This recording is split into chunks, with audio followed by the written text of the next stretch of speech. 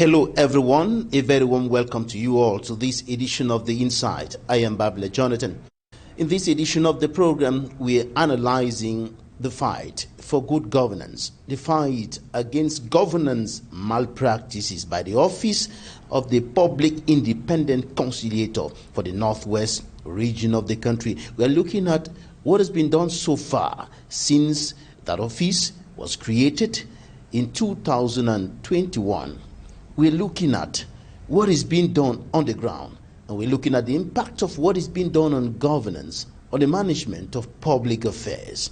We are taking you through the most recent report published by the Office of the Public Independent Conciliator for the Northwest region, a report that highlights some progress made in terms of good governance practices, but also some challenges, some issues, some irregularities that should be corrected.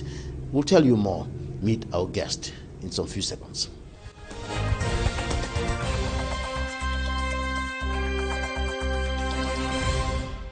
Our guest today is no other person but TAMFU Simon FAI. He is the Public Independent Conciliator for the Northwest region of the country. You're welcome to the program. Thank you very much, Jonathan, for having me on your program. Right, let's get to know a little more about you. Before you became Public Independent Conciliator, where were you? What were you doing? As you have said, my name is Simon TAMFU. I worked in SNH as a petroleum geologist before becoming the Public Independent Conciliator. But before that, I was employed by ExxonMobil, and I worked in Douala, I worked in Texas, I worked in Toronto, and in the North Sea. And I came to Cameroun in 1985 and joined SNH so we could build a state oil corporation in Cameroun. Let's begin by looking back into what you've been doing so far since you've been in office for close to 6 years now. You've published several reports, and in the past you highlighted a lot of irregularities in the management of public affairs, notably by councils in the Northwest region of the country, including corruption in the councils and strained relationship between the authorities and the people, notably at the level of municipalities. Take us back into some of those irregularities.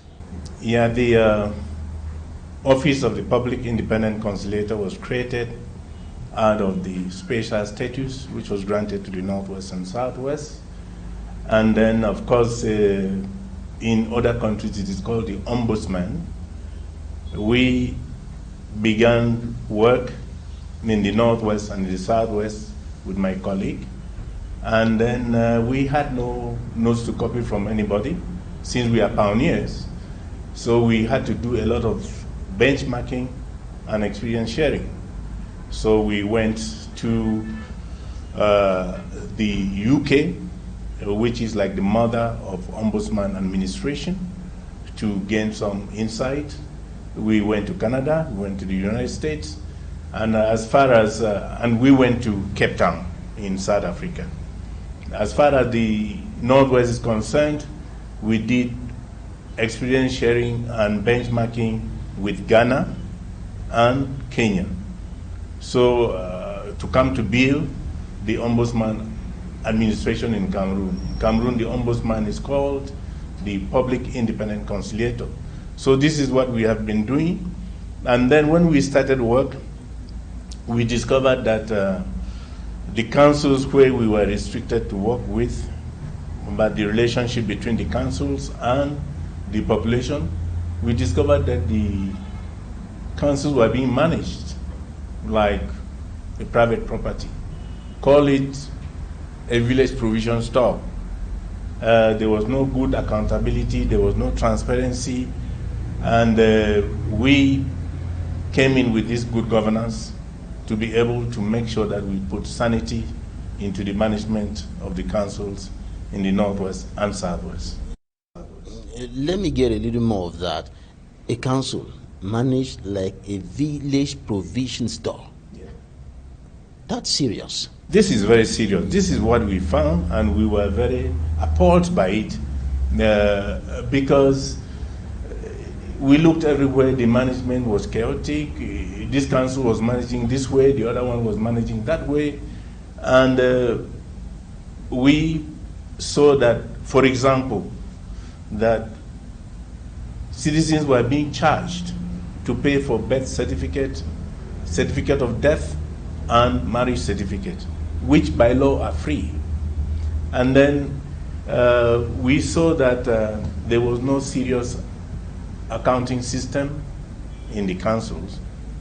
So what we did in the Northwest is that, waiting for the local public service code, which is supposed to come and manage the councils, which is still in gestation, we came out with an ethical guide so that we can harmonize and uniformize the management of councils in the Northwest, so that we can have the same basis of comparing them and making them compete. So this is what we have been doing. To tell you the truth, there has been a very marked improvement from 2021. When we started up till now, there's been progress in terms of transparency, in terms of accountability, but we have not yet reached the level where we wanted to be. All right, you will tell us a little more about that. But for now, tell us, how is what is the state of the citizen council relationship across the Northwest region today? For 2025, which was the subject of our report, there is tremendous progress in that relationship. We wanted the mayors to behave and to be seen as behaving as servants of the population. And then we wanted the population, which is being served by the municipalities, to be the owners of that service. And we preach ethical behavior on both sides. The population goes to the council for services. They should be polite. They should, behave in a sane manner. And then the mayors or the council authorities should know that they are the servants of the people. Because in the past, just when we started, we had complaints in our office that the service seekers were marginalized, discriminated, stigmatized. And we felt that that was not good. So we wanted to put good governance, and that is why we came out with this good governance campaign, which is a continuous thing up till now. About complaints, the 273-page report, 2025, that was unveiled on February 24th, 2026, shows 47 complaints from residents, with 30 resolved and 17 still under review. Give us an understanding of these complaints. Yeah, these complaints, if we compare it to 2024, this is a big drop, because in 2024 we had 73. After that, we did a lot of sensitization. After we did a lot of outreach, a lot of preaching, a lot of seminars and workshops, and the service users of council services are beginning to understand their rules, and the council authorities also understand their rules, and they respect each other in terms of service delivery. So that is why the complaints have dropped, because a drop of about 50%. Yeah, they've dropped because no user is turned away from the council because he is blind, or he has hearing impairment, or he has physical impairment, because that used to happen in the past. Council authorities will say, oh, this council is not for the blind people. This is not for people who have hearing impairment. Why are you coming here? Nobody will help you. And we came in to say, no, every citizen has a right to be served by the councils of his area. So this is what is happening, that we don't have a lot of complaints like we used to have in the past. And that is our barometer to show that our message is going, and our message has reached the nooks and crannies of the Northwest. From your findings, where was the problem? what was at the origin of that behavior of council officials sending people away because they are living with one disability or the other? I think it was ignorance. I can tell you it was ignorance, and there was a lot of violation of human rights. And you know that the PIC, the Office of the Public Independent Conciliator, was created out of the special status to make sure that service delivery by the council to the population is free. I mean, it's sane in a way. So that is why we preach that, and then the council authorities now began to know that they are the servants. Before that, you've heard the expression, Lord Mayor. This is not in the law. And these natives these people in the municipalities know the Lord, there's one Lord called Jesus Christ. So when another Lord Mayor came around, they thought it was the brother of Jesus Christ. They had just to obey what they said. And then we kicked at that name and told them that they are servants, and they began serving the population in a sane manner. What is the problem with that appellation, Lord Mayor? We are very legalistic in the Office of the Public Independent Conciliator. Apart from the fact that it is not in the law. No, well, it is copied from Britain. Does it send across a wrong message? It's copied from Britain because the mayor of Britain is the member of the House of Lords, okay? And he's called Lord Mayor, right? And then I think it was just copied like that. But in our law, there is nothing like Lord Mayor. I have even seen this on letterheads of councils, which is a wrong thing. So this word Lord intimidates the population. And then when you intimidate somebody, then he gives himself up to be marginalized. And this is what we found. And then, but the situation is reversing itself. The situation is coming to normal. Did that appellation come from the fact that the municipal authorities, according to your findings, were lording over the people, or they were doing that because of the appellation? No, they wanted probably to make that appellation correspond to the services by lording, but they copied it from somewhere else. It is not in our law. He is Mr. Mayor. He is not Lord Mayor.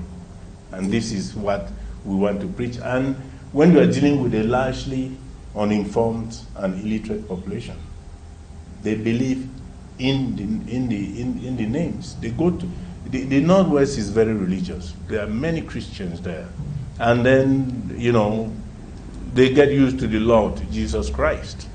And then when there's somebody who's called Lord Mayor, he may be the brother of Jesus Christ, and then they will start fearing instead of even approaching them for services. So right now, that has diminished. We are having very good relationship between the population and the council authorities. Even though some seem to be using that word to please the authorities, to give them some favors. Sometimes they use it to flatter.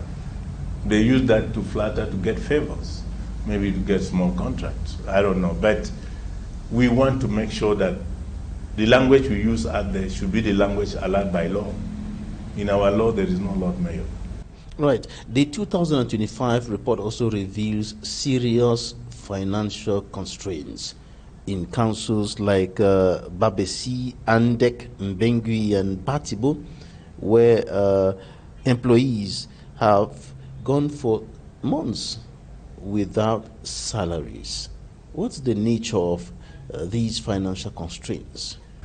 Well, the problem with the financial constraints in the Northwest in general is that the councils are not able to generate local revenue because of the insecurity in the area. And then the central government has taken a decision to be giving certain subvention, they call it additional tax, to the councils. And this additional tax provision is meant principally for salaries. And then, of course, these are not paid as they come in. And some councils, the ones you have cited, owed, I'm talking in the past tense, some of them owed like 14 months. But when we went to the sources of these resources from central government, we discovered that the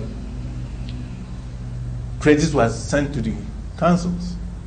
And we went into the investigation and saw that most mayors used it to pay contractors rather than paying salaries for which this money was meant. And that's why they accumulated up to 14 months.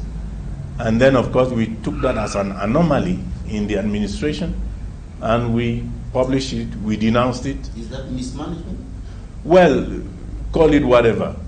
It is, I mean, a salary is a sacred thing. And the productivity of a municipality is based on the workers. If the workers are not paid, they are not motivated to work. So we want productivity. So we need to pay them. But what happened is that when we published this annual report, out of a sudden, ANDEC and BBC responded. BBC paid about 5 months, ANDEC paid a number of months, and so forth. So it just shows that we have to be very careful, especially in terms of management, because salary is sacred. If we had not discovered that that money is disbursed from central government and put the mayors in a difficulty, they might not have paid. But the fight continues, because if you want councils to perform, you need to pay the workers. Because these people have their families, they have commitment. They're working, so they need to be paid. What do you read in the fact that shortly after you publish your report, those two councils, ANDEC and BBC, responded and paid the salaries? The way I read it is that the non-payment was artificial. I don't want to explain that. It was artificial because does that mean the money was there? Of course, the money was there because we proved that the money was there. We have access to all government information, and we saw that the money was disbursed. At the time of publishing this report, the only portion of the money owed by government was the third and the fourth quarter of 2025. So the rest, if it is the third and fourth quarter, that means 6 months. How can you owe 14 months when the government is owing you only 6 months? So it means that the money was somewhere and it was picked.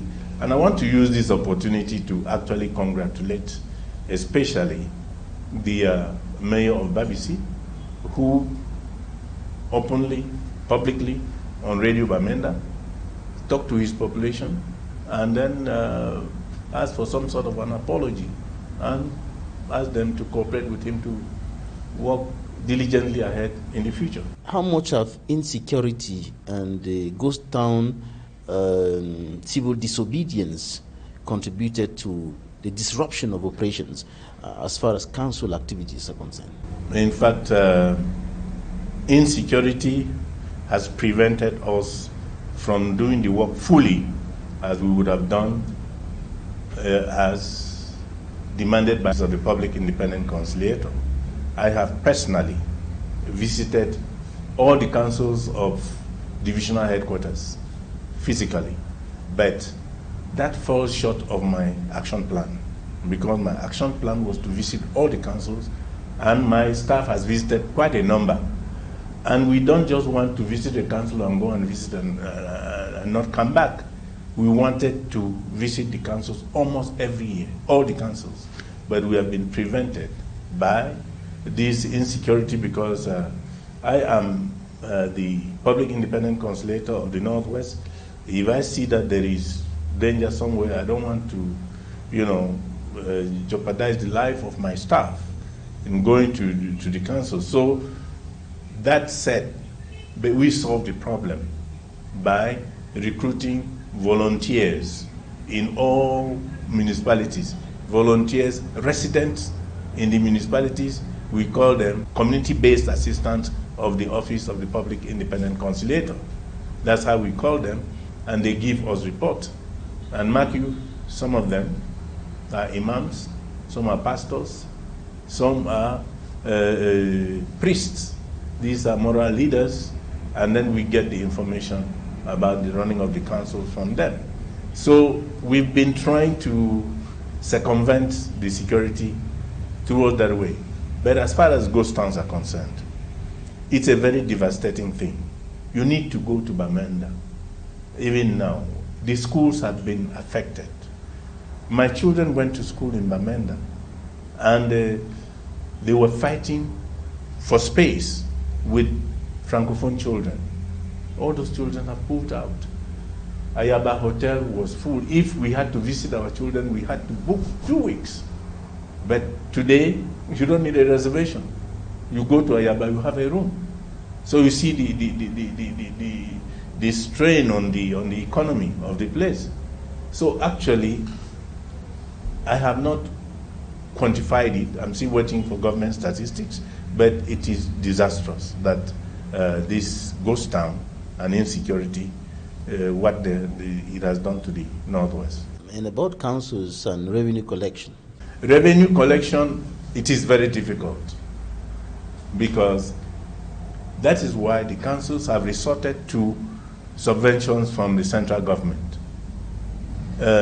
It's difficult to generate income the way they used to do, because I can tell you for sure, a lot of councils are running skeletal services. They are not running full services. So their local revenue collection mechanism is not there. That's why they rely mostly on what is given from the central government, and that's why the central government is saying that, look, the resources are limited. When you get something, please pay the workers in priority. And this is what we're trying to enforce. The 2025 report of the Office of the Public Independent Conciliator for the Northwest also highlights or flags some issues like illegal practices, some of which you mentioned earlier, citizens who are compelled to pay for services that are normally free, like the establishment of birth certificates and others, and also armed groups demanding for their own payment. How bad is the situation? In fact, the population is in a fix, because we hear things like liberation tax by the armed groups exiged from the population.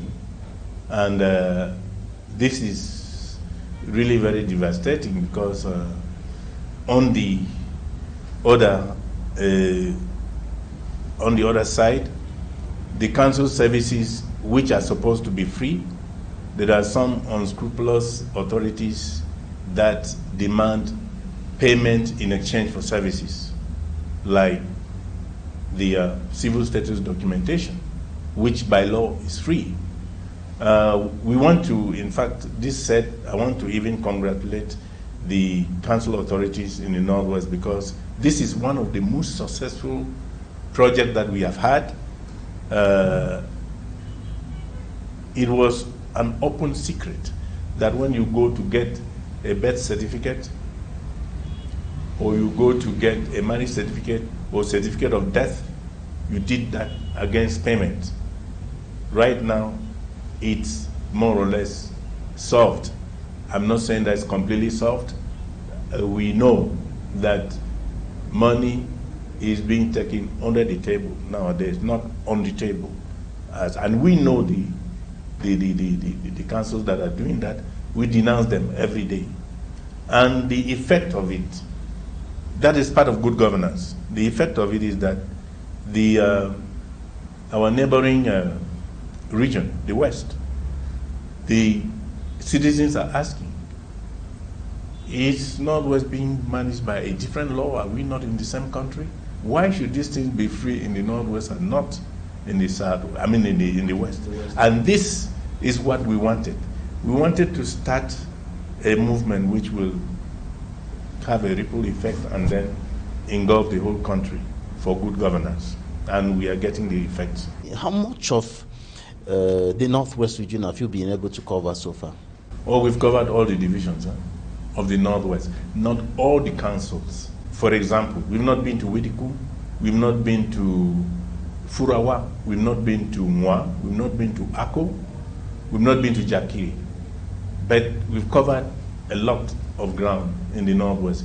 These are councils that we are going to cover, the security situation permitting, because we don't want to send our staff in harm's way. All right, you started telling us about the fact that you're using community assistance. Yes.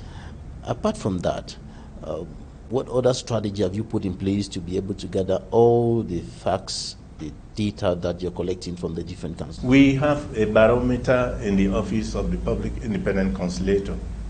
One is that we receive complaints. That is our main duty. We receive complaints from municipalities. And when we gather the complaints coming from a particular municipality, we can decipher the management.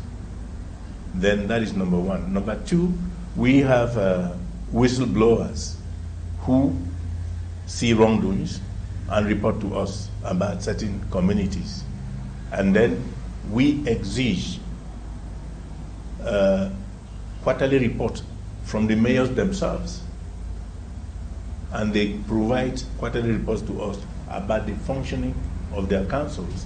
And then we have these community-based assistants who are mandatorily supposed to submit monthly reports about the running of the council, about project execution and everything about the council to the Office of the Public Independent Conciliator.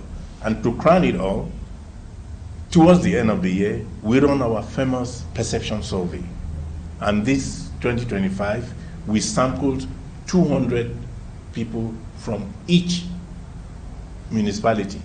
And when you combine all this, the truth comes out about the management of the council and the relationship between the population and the council authorities. Now, how do you do verification? How do you verify to ascertain the veracity of the information reaching your office from whistleblowers, from community assistants? It's true that you said most of them are people of high moral standing, like priests and imams, traditional leaders, and so on. But how do you verify? We do the verification scientifically. When you get information from 5 sources and you are targeting good governance, and you combine the information that you have gotten, the truth will come out scientifically. The truth will come out because to show that the right information is being vehiculated, we have not had any protest from the mayors themselves this year, because actually they participated in giving us the information. So the information we're giving them, part of it is them giving us, and then the population gives us the image they see of their own authorities in the municipality, and we give it back to them. And what we do positively is that after the publication of this, in fact at the end of this month of March, we are having a debriefing session with all the councils, and each council has a report card at the Office of the Public Independent Conciliator. We put your report card and we say this is where you went wrong and so forth, and we talk about it. Let me even define what we mean by council. Council for us is a global term. When you break it, is the regional executive council, is the city council, subdivisional council, and the local councils. So there are 4. So we have a debriefing with them, and of course you know that our report is an open book. It is published by law. and everybody has access to it. And then we tell them, okay, these are the pitfalls. And what we do also, which is very, very important, is that we call all the mayors every year, the highly performing councils and the councils which are not performing well, we put them together to share knowledge and let the councils that are performing very well indicate the kind of things that they use to achieve their results with those who are not performing well. At that time, we are just arbiters. We just watch them. We prepare the workshop, and they are the ones talking. They are the ones giving the presentations. We listen to them. So this is how we try to put sanity in the management of councils. We have been interviewing some Cameroonians, and they've been telling us about what they think about what you're doing, how much they're satisfied. But at your level, you talked about a survey. What is the feedback that you're receiving from the population? It is very good, because we are compiling, and as you said, the Office of the Public Independent Conciliator is a 6-year non-renewable term, and we are almost on the beginning of the 6th year. So we are compiling feedbacks from the population, whether in terms of voice messages, in terms of written material, and so forth. We have a tremendous amount of information coming in just to tell us that we're doing a good job. Because how would you not even appreciate it when yesterday you were paying for a birth certificate, today it is free. In fact, the mayor of Nous, who is my own mayor because I come from Nous, revealed to me that the rendering of the civil status documentation free has knocked up 45 million from his budget. You imagine that? 45 million francs were gotten through this. And he as a very transparent mayor, put that money aside, took an inventory of all the fandoms or all the palaces, and saw which one the floor was used up or the roof was leaking, and bought zinc and cement and distributed to the funds.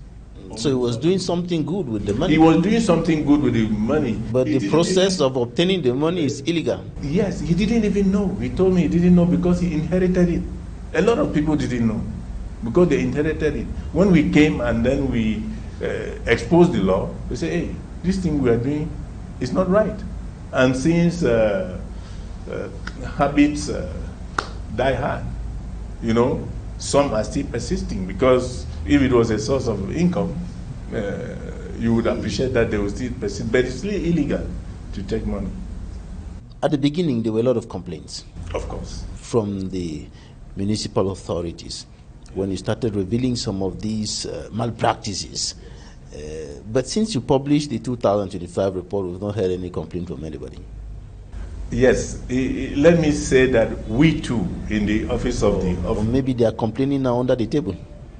No, well, we know that we have also corrected ourselves, because we believed a lot of sources of information, some of which were erroneous. Now, to be able to publish this, we get information from 5 sources, and the main information is gotten from the mayor himself. That is why we've not had any protests, because it is true there are still a lot of things to improve. It's not what we think it should be, but there's marked improvement from 2024 or 2021 to now, because this is the 5th annual report that we are publishing. And this is the only report that we have published without any protest. I mean, nobody's complaining about it because it is truthful, but when you read it, it's very critical. It names and shames, and we're not hiding anything. So I want to call on the mayors to take the lead from Babisi and Andek, that somebody point out your wrongdoings, correct them, and go ahead. So were they complaining in the past just because of some few irregularities or because some food was taken out of their mouths, so to speak? You mean the mayors? Yes. Oh, they were complaining because, I told you from the beginning that some of them manage the councils as village provision stores. I mean, village provision store, you have your store. There's no accounting. You go there, if the cashier has money, you take it and go and drink. Right? There's no accounting. This is how the councils were run. And now, the small sources of revenue coming into the council are accounted for. And they are used for what they are meant to be used for. So, now, and that is the law. We are not creating anything. So I think they are not complaining now just because everything we say, they go into the law and see that is right.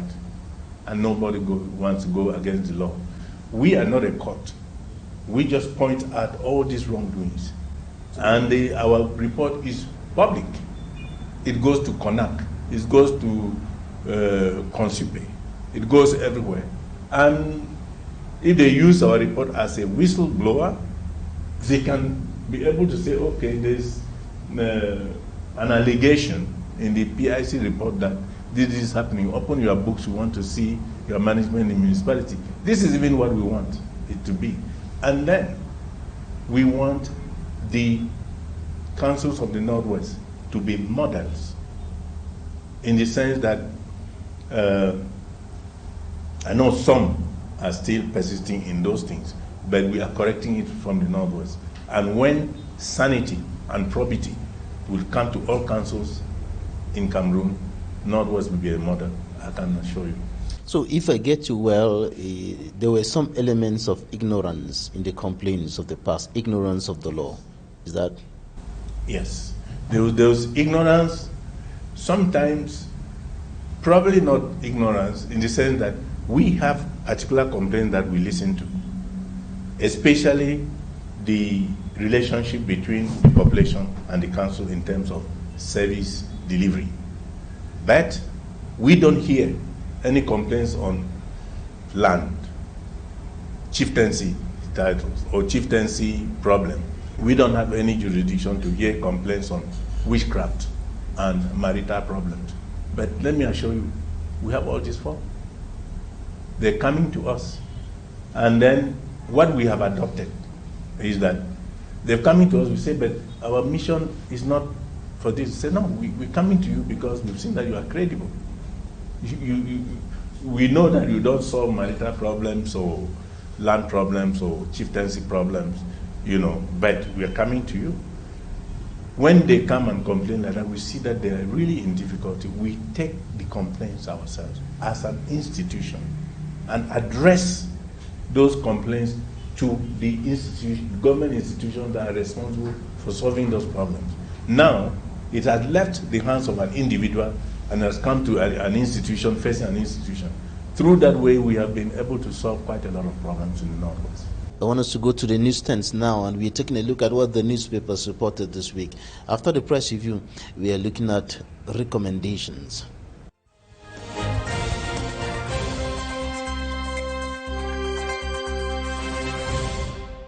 Larry Times reports Dr. David Makongo's call for the release of those he qualifies as prisoners of conscience, activists, journalists, community leaders, and voices of conscience held for advocating for a better future. The Post puts forth a question: call to bank pots, pans, and plates. Has Chiruma run out of protest ideas and strategies? The paper questions the stance of Issa Chiruma Bakari, who declared himself winner of the October 12, 2025 presidential election in Cameroon before fleeing into exile. The Guardian Post exclaims, clash over road project ahead of Pope's visit. Another Biya regime show of shame. Urban Development Minister, Yaoundé city agents, and police clash in public. Furious Kecha Kutes storms council premises, smashes door, frees road workers. The Median, constitutional revision in view. Biya reshuffles the cards for his succession. According to the Median, after the unexpected shake-up in Parliament with the firing of the long-serving and evidently depleted and senile presidents of the Senate and National Assembly. Paul Biya is now poised to amend the Constitution to enable him to appoint a Vice President of the Republic. The paper goes further to say, if things go as planned, Cameroonians will be able to tell with certainty who assumes the interim in the event of vacancy at the helm of the state. In the same vein, the Guardian Post questions, why not give youthful and private sector personality a chance? Cameroon Tribune reports the extension of the mandate of members of parliament from March 31st, 2026 to December 20. The bill to this effect was adopted by Parliament and promulgated into law by the head of state.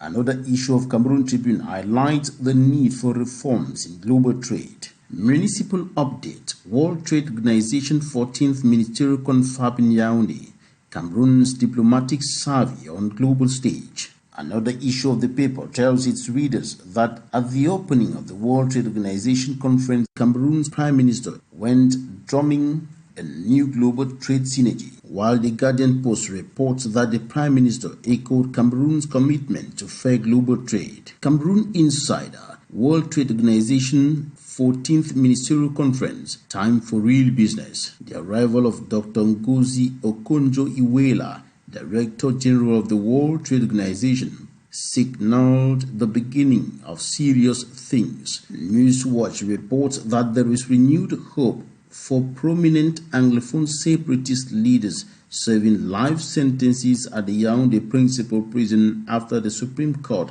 quashed the judgment of the Court of Appeal that upheld their convictions. In a landmark ruling on March 19, Justice Marie-Louise Abomo annulled the September 17, 2020 decision of the Central Regional Court of Appeal. Municipal updates and the Herald Tribune highlight Professor Victor Barker, President of the Board of Trustees of ICT University, praising Cameroon government's support for diaspora ventures.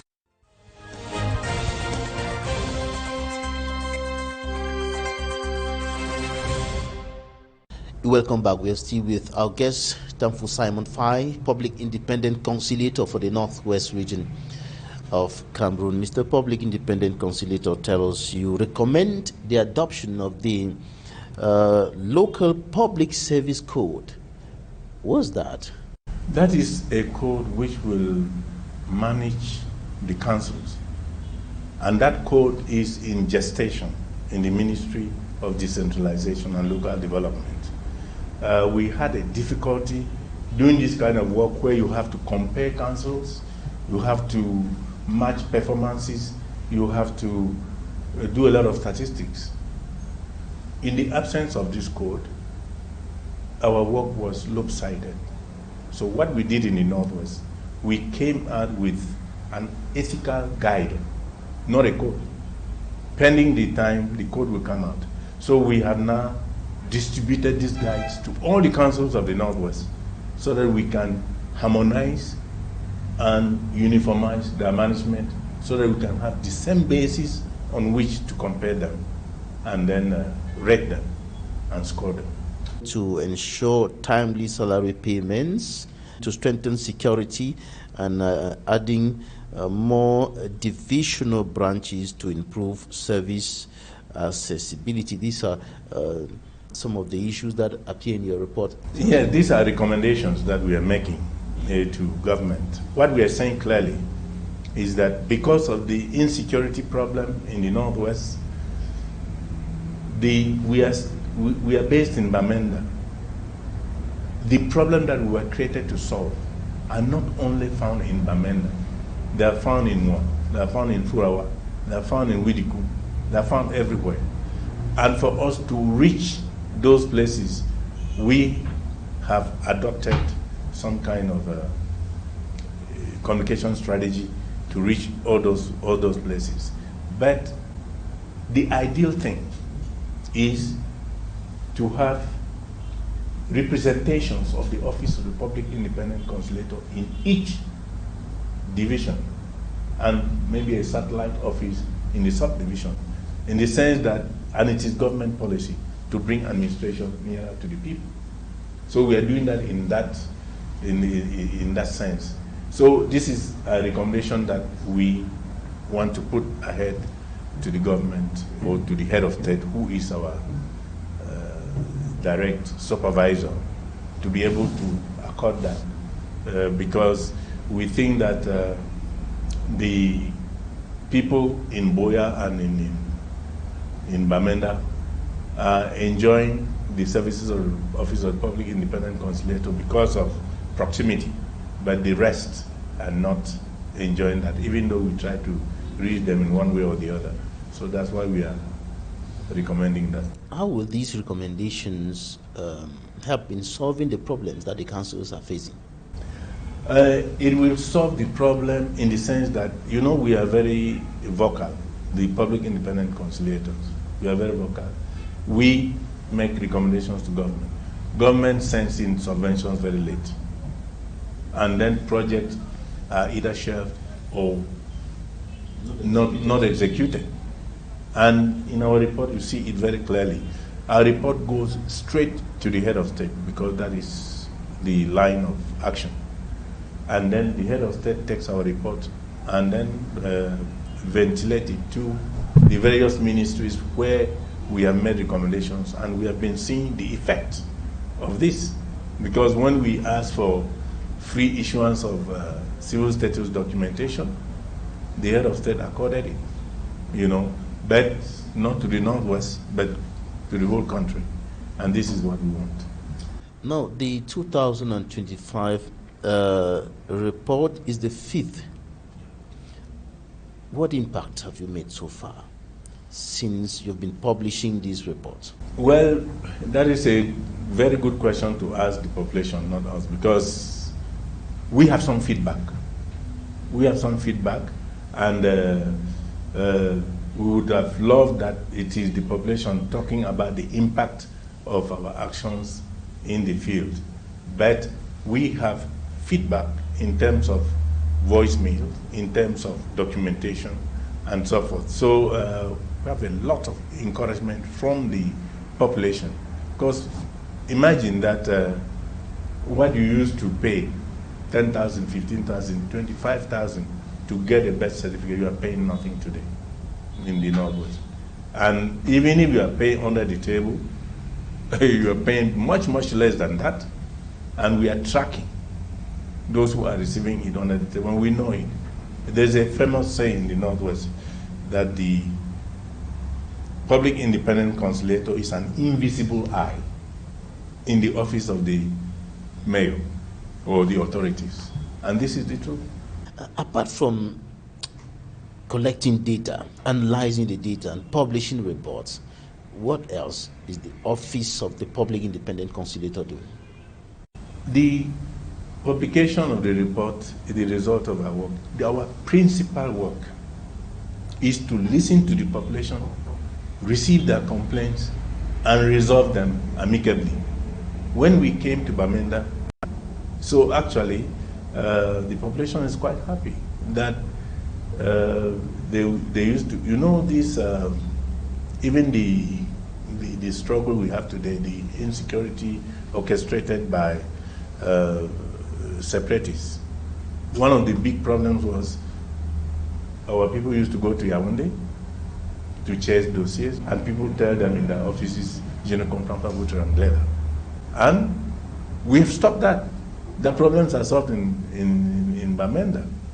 None of them has crossed here, unless it is a problem out of our own domain, and we solve them amicably. We are not a court. The court gives right and wrong. We give and take. How challenging is your job? Very, very challenging. You talked about security challenges. Apart from that, what are other challenges that you face in the discharge of your duties? The challenges, the big challenge in the North was security. The other challenges are the delays of disbursement of funds from the central government. Some of the time, our yearly action plan can only be executed from March. We're leaving January, February out because January, February, we are waiting for the approval of the budget. Because when the budget is not out, you can't engage anything. So that is one of the big challenges that we have, is that, monies come from central government late. And for that, we have a recommendation that the PIC should be inscribed fully in the state budget, so that by January, when the state budget is approved, even if there's no liquidity, we can work. Because the principle is that the contractors realize project or pre-finance project, and the government pays later. But now we are stuck. We can't do anything because we need to have the budget to be able to plan. No, the fact that you're waiting for the budget, the central administration, what's the impact of that on your independence and the capacity to carry on with your duties as you ought? No, it doesn't affect the independence per se, but it affects the action plan or the activities that we have planned, because we have a chronogram of activities. We are doing this in January, we're doing this in February, and if January and February we don't have money, that is off. And the principle is that you should not engage anything until your budget is approved, because when your budget is approved, it may not be approved in the form in which you proposed. So if you started engaging certain things and your budget is reduced, you will have problems. So we need to wait. And so we have a blank period in our activity schedule. All right, we're going to have a short break now. Time for us to bring to you interviews of the week.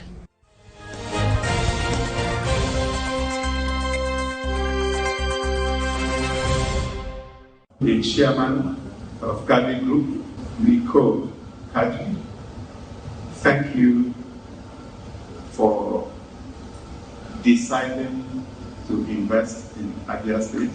This is an established fact that the immediate beneficiaries of any project cited in any community are the members of that community themselves. They reap continuing dividends through job creation, access to opportunities and other benefits that develop over time. I'm aware that the promoters of optimum beverages have made good provisions for impactful corporate social responsibility projects in their general outlay.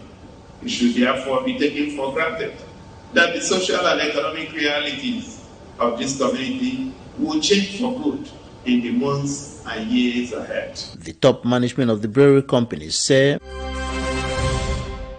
this facility represents an investment of several millions of dollars, built to global standard, with world-class technology and best-in-class production capability. When you go, you will see for yourself. But beyond the numbers, the real value of this investment is not in the dollars spent. It is in the lives it will impact, the opportunities we will create, and the future it will unlock for Abia State, Nigeria, and Africa. This multi-million-dollar facility will produce brands we are proud of and bring to these markets. Razzle Cola, Razzle Orange, Razzle Lemon, Razzle Pamplemousse, and our Kick Energy drink. But more than beverages, this represents partnership with strategic allies who carry our products, logistics partner who move it with care, and retail network already over 20,000 retailers. It represents jobs, hundreds of jobs, direct employment, and thousands of indirect opportunities across our value chain. This is the first time that we have a Cameroon company who has tried to come to Nigeria, and they are succeeding very well. This one is the real company that came with pure investment. We confer on you. This is Rapper Ganji, Chief Akuzulumba, 1, Guru, Soman, Agency, and leave for.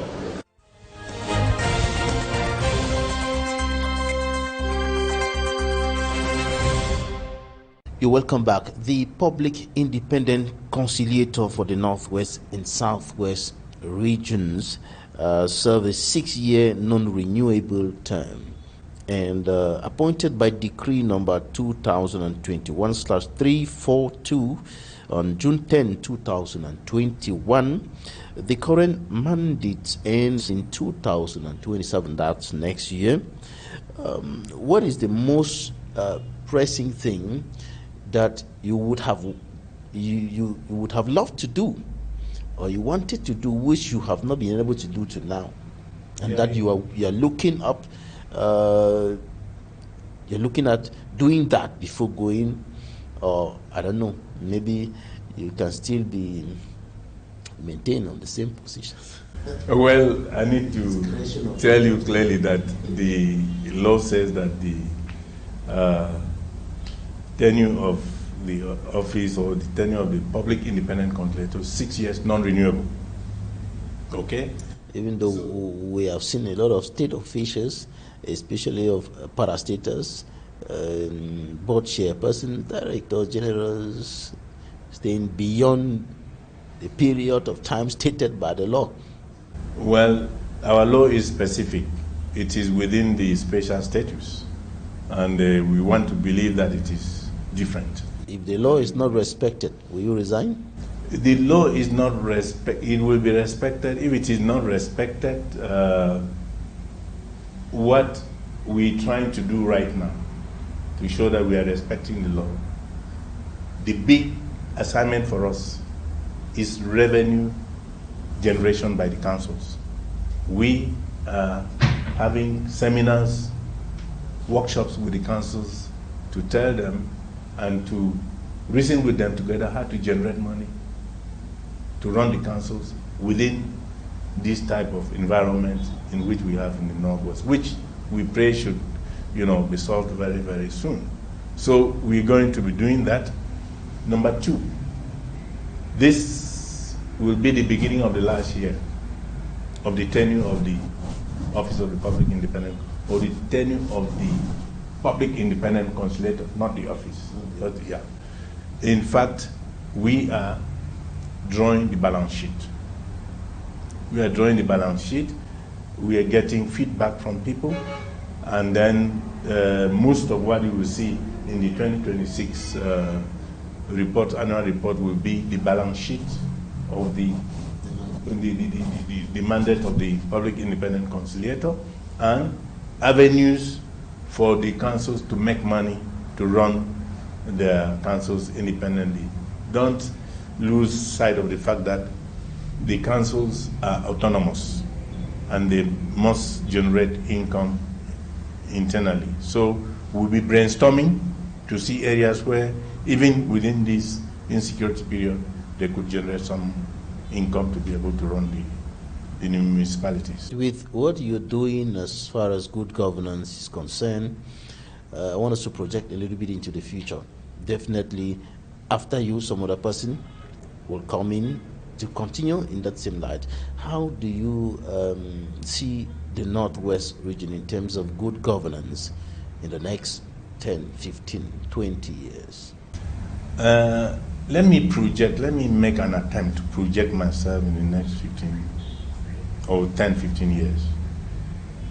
I want to believe, with the change we have seen in the last 5 years, I want to believe that the Northwest will be a model for council management in Cameroon, because I want to say this with all the congratulations to the council authorities.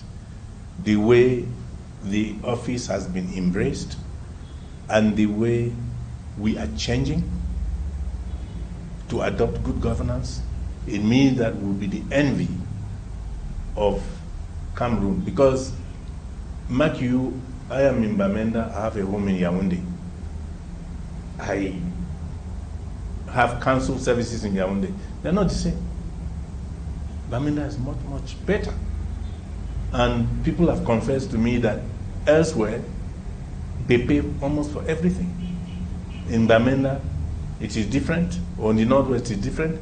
In the Northwest, you are received in the council with courtesy. That is the ethical impact that we are giving into the authority, and even the service seekers have to seek that service in a humane manner. You don't come to say, oh, we voted you, you have to do this and so forth. No. You have to be respectful of the authorities. Yes, I think in that way, Bamenda would be a model, or North would be a model for councils in Cameroon to copy. Before we go, I want you to speak to those councils that you've not visited because of insecurity. I want you to speak to those councils, to those council authorities, and generally even to those that you have visited and that you've been working with for the past close to 6 years now. The councils that we have not been able to visit since we started working in Bamenda, we will imperatively visit them before my tenure goes off. In fact, we have started. Just this year, we have been to Nous, we have been to Balikumbat, we have been to Benakuma, we have been to Batibo. So the trend continues. We have a program. And this program is a little bit more expensive, and it is tied to the logistics of the state, because to go to Nous, Fundong, Benakuma, and the rest, we use helicopters. We use military helicopters. So these are means of transportation which have a lot of constraint, because we could want to visit the councils at a certain time when the security has a program also. So we have to synchronize. But our objective is to visit everybody. But outside that, we have one of the best communication strategy. All, I'm not saying most, all community radios in the Northwest are our partners. So they vehiculate our things. In addition to that, I've told you we have community-based assistance. And then, so we are present, and we have complaints from all the councils. There's no council in the Northwest that has not given a complaint to us. And when you give a complaint to us, that is proof that our message has reached where you are. You see, so we want to reinforce that message by our presence in the field. Is there any line that is available for the population to communicate with the office of the? Oh, yeah, we have a hotline. We have a hotline. We receive complaints in a very inclusive, holistic manner. If you don't know how to speak English, French, Pidgin, and you only know how to speak your national language, you come to the office. We have people there who will address your problem, because the recruitment in the Office of the Public Independent Conciliator reflects the Northwest. Every division is represented by at least 2 people. And then this is what we do to be able to reach everybody. And then if you don't know how to speak, you come. We take your statements or your complaint, and after that we read it to you, and then you sign, and then you go. Thank you so much for the insights you've shared with us today. Thank you very much for having me on your program today. Thank you, ladies and gentlemen, for staying with us. That's it for today's edition of The Inside. God bless the Northwest. God bless Cameroon. Goodbye.